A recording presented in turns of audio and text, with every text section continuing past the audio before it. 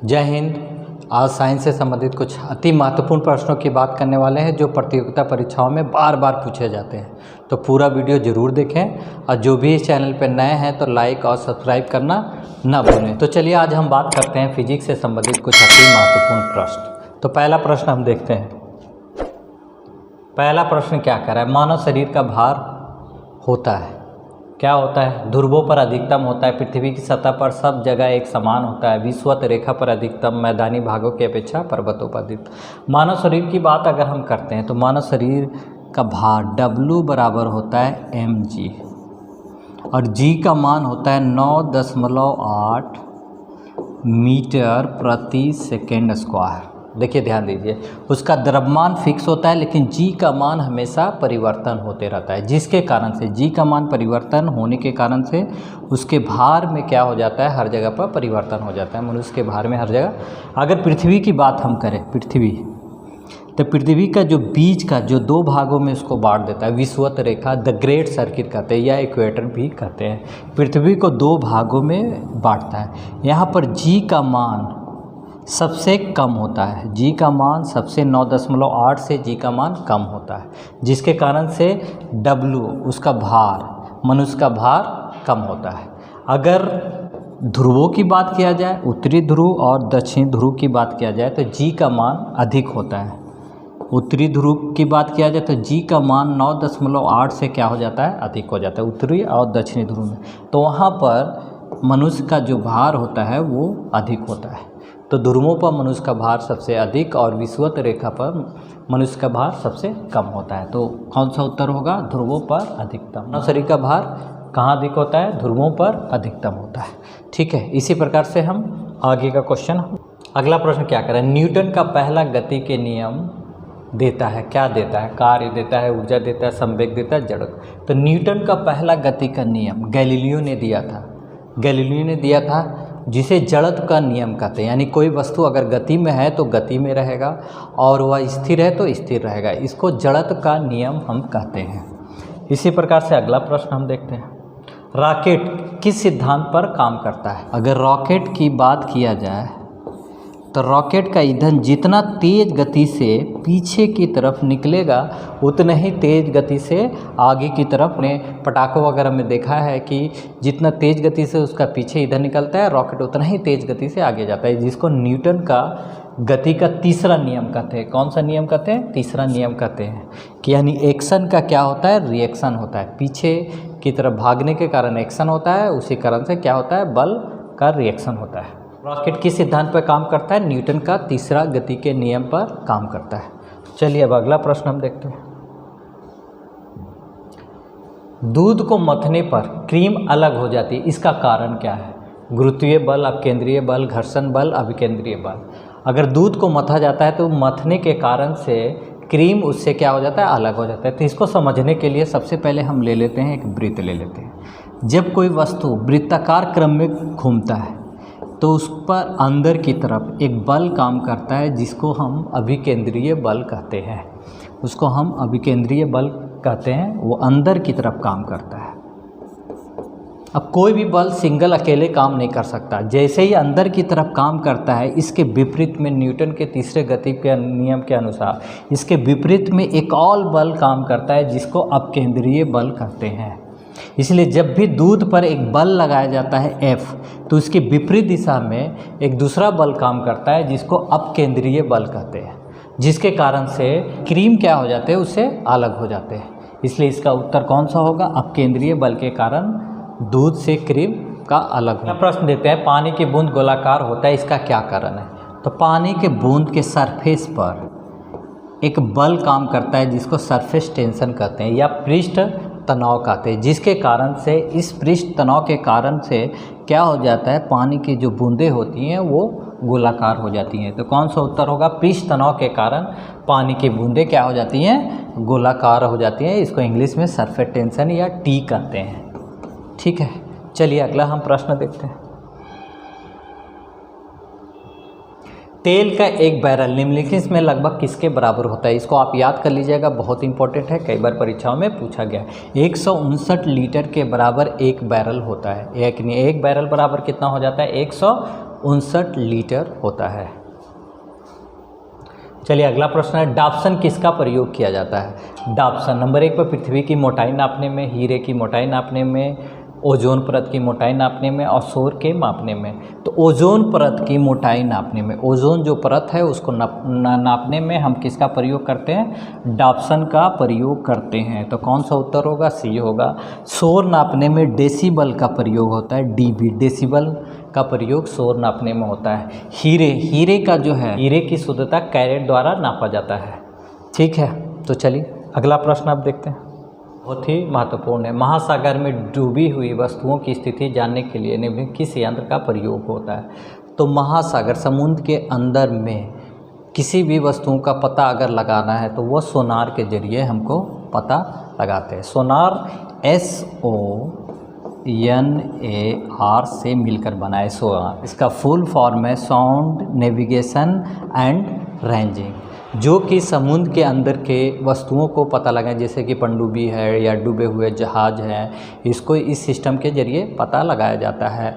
और आकाश में वस्तुओं के रडार द्वारा पता लगाया जाता है। रडार, RADAR, रडार द्वारा पता लगाया जाता है, जो कि हवाई जहाज़ की स्थिति का पता लगाने में रडार का प्रयोग होता है।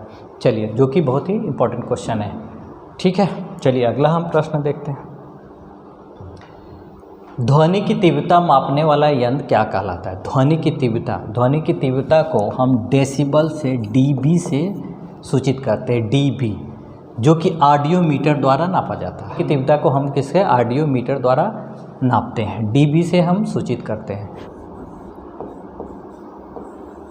WHO के अनुसार समान बातचीत में 35 डेसिबल का प्रयोग होता है। समान बातचीत में नॉर्मल मनुष्य के लिए 45 डेसिबल से ही डेसिबल 75 से ऊपर चला जाता है तो वह मनुष्य के कान के लिए, मनुष्य के लिए हानिकारक है। अगर 80 डेसिबल अगर आवाज़ होती है, 80 डेसिबल से ऊपर हो जाता है तो ये शोरगुल माना जाता है, जो कि मनुष्य के सेहत के लिए हानिकारक है। ये WHO की मानकता है, जिसको आप याद कर लेंगे।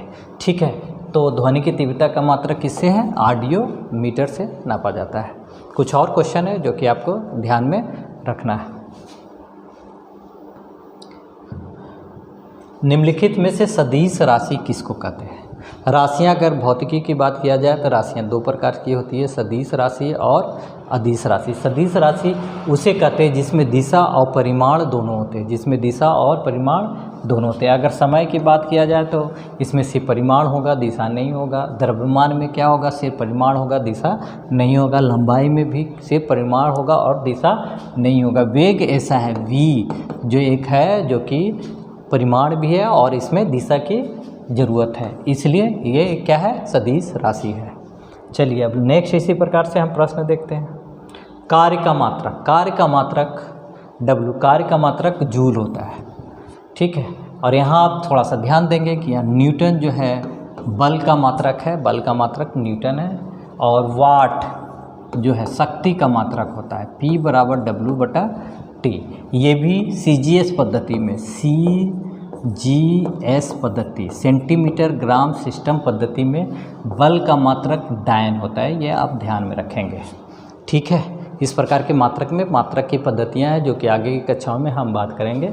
CGS, MKS और SI system of international, SI पद्धति होती है।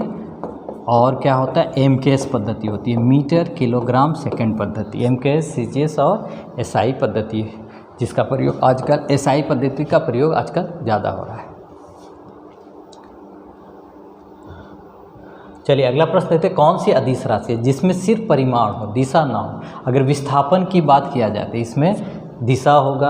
अगर बल की बात किया जाए तो इसमें भी दिशा होगा। वेग की बात किया जाए तो इसमें भी दिशा होगा। कौन है? घनत्व में सिर्फ क्या हो जाता है? परिमाण है, दिशा नहीं है, इसलिए ये क्या है? एक अदिश राशि है। बाकी सब क्या है? सदिश राशियाँ।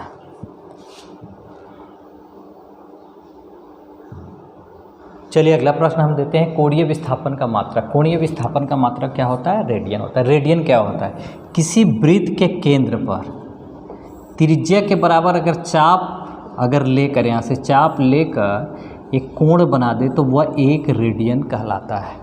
ठीक है, तो 1 रेडियन कहलाता है। पाई रेडियन बराबर होता है 180 डिग्री। 3 पद्धतियां हैं, डिग्री, रेडियन और ग्रेड सिस्टम। 3 पद्धतियों द्वारा किसी वृत्त के कोण को नापा जाता है। ठीक है, तो इसका मात्रक, कोणीय विस्थापन का मात्रक क्या होगा? रेडियन होगा। चलिए अगला प्रश्न हम देखते हैं। कैंडेला का मात्रक क्या होता है? ज्योति तीव्रता। किसी भी वस्तु से जब प्रकाश निकलती है तो उसकी तीव्रता को हम ज्योति तीव्रता कहते हैं। उसकी तीव्रता के इंटेंसिटी को, उसकी ज्योति तीव्रता के इंटेंसिटी को हम ज्योति तीव्रता कहते हैं। अब चलिए अगला प्रश्न हम देखते हैं। पास्कल किसकी इकाई है? पास्कल दाब की इकाई है। पास्कल दाब की इकाई है। अगला प्रश्न है, 1 पार्सेक निम्नलिखित में किसके बराबर है? तो पार्सेक जानने से पहले हम जानते हैं कि दूरी का जो मात्रक होता है वह मीटर होता है। दूरी का मात्रक क्या होता है? वो मीटर होता है। अगर इससे सबसे बड़ा मात्रक की हम बात करें तो वह प्रकाश वर्ष होता है, प्रकाश वर्ष। अगर उससे भी बड़ा मात्रक की हम बात करें तो वो क्या हो जाता है? पार्सेक हो जाता है। यानी दूरी का सबसे बड़ा मात्रक पार्सेक होता है। पार्सेक बराबर होता है 3.26 प्रकाश वर्ष। ठीक है, इसको याद कर लेंगे। अगला क्या करा है? यदि कोई वस्तु गमन करते हुए अपनी प्रारंभिक बिंदु पर पहुंच जाए तो अंतिम विस्थापन क्या होगा? अगर कोई भी वस्तु अगर शुरू करता है और जाकर फिर अपने ही बिंदु पर पहुंच जाता है तो विस्थापन बराबर 0 हो जाएगा। यानी कोई भी वस्तु जहां से शुरू हुआ और फिर वहीं चला जाता है तो उसका विस्थापन क्या हो जाता है? 0 हो जाता है। इसको आपको ध्यान में रखना है। यानी उत्तर क्या होगा आपका? बी होगा, 0। प्रश्न क्या कह रहा है? मनुष्य जब नदी के किनारे नाव से बाहर कूदता है तो नाव क्या हो जाता है? पीछे हटता है, आगे बढ़ जाता है, स्थिर रहता है, सतह से ऊपर उठता है। तो न्यूटन के तीसरे गति के नियम के अनुसार जब कोई मनुष्य आगे की तरफ बल लगाता है तो तीसरे नियम के अनुसार पीछे की तरफ उस पर बल, एक उसकी प्रतिक्रिया बल लगती है, जिसके कारण से नाव क्या हो जाता है? पीछे की तरफ हट जाता है। का प्रश्न हम देखते हैं। स्वतंत्र रूप से गिरने वाली वस्तुओं में समान गति होती है, समान बल होता है, समान त्वरण होता है। इनमें से कोई नहीं। कोई वस्तु ऊपर से जब नीचे गिरती है तो जी के मान में कोई परिवर्तन नहीं होता है। यानी समान त्वरण से क्या होगा? कोई भी वस्तु वहाँ गिरेगी, नीचे गिरेगी। बहुत ही महत्वपूर्ण प्रश्नों को हम देखते हैं। प्रक्षेप्य गति में दीर्घतम प्रास प्राप्त करने के लिए लंबी कूद वाले खिलाड़ी को किस कोण पर कूदना होगा? इस प्रश्न को समझने के लिए हमको सबसे पहली बात है, प्रक्षेप होता क्या है? जब किसी वस्तु को इस तरह से फेंका जाता है, इसी को प्रोजेक्टाइल मोशन या प्रक्षेप गति कहते हैं, या प्रक्षेप गति कहते हैं। तो अधिकतम जो दूरी है इसको हम प्रास कहते हैं। आर बराबर होता है यू स्क्वायर साइन 2θ/g।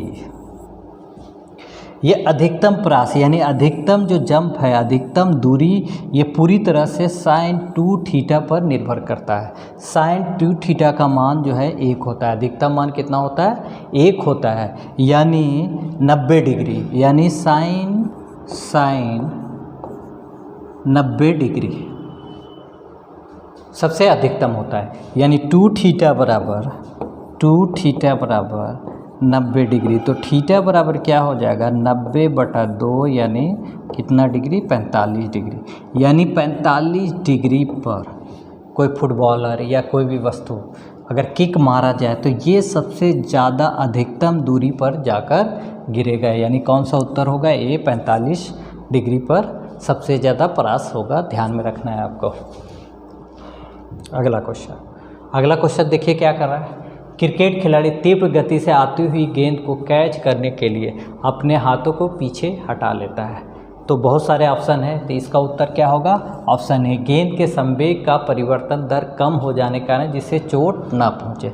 जब कोई गेंद बहुत तेज गति से संवेग को कम करने के लिए वो हाथ को क्या कर लेता है? धीरे धीरे पीछे खींच लेता है, जिससे पूरी तरह से उसके हाथ को चोट ना लगे और संवेग उसका कम हो जाए। तो इसका उत्तर क्या होगा? ये होगा। तो इसी प्रकार से आप बेहतरीन से बेहतरीन वीडियो देखते रहिए और चैनल को लाइक और सब्सक्राइब करना ना भूलें। जय हिंद।